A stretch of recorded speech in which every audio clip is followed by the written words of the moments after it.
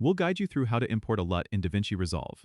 If you find this helpful, consider subscribing and liking the video. First, open DaVinci Resolve and navigate to the color page. You need to make sure you have a project open to apply the LUT. Next, go to the top menu and click on the File option, then select Project Settings from the dropdown. In the Project Settings window, click on the Color Management tab. Here, you will find a section labeled Lookup Tables. Click on the Open LUT Folder button. This will open the folder where DaVinci Resolve stores its LUTs. You can now drag and drop your LUT files into this folder. Once you've added your LUTs, close the folder and go back to DaVinci Resolve. Click on the Update Lists button in the same Lookup Tables section.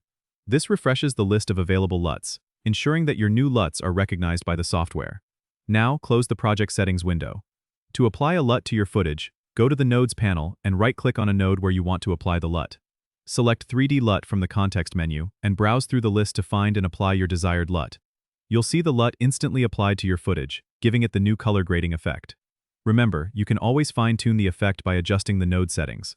Don't forget to subscribe and comment if this helped you out.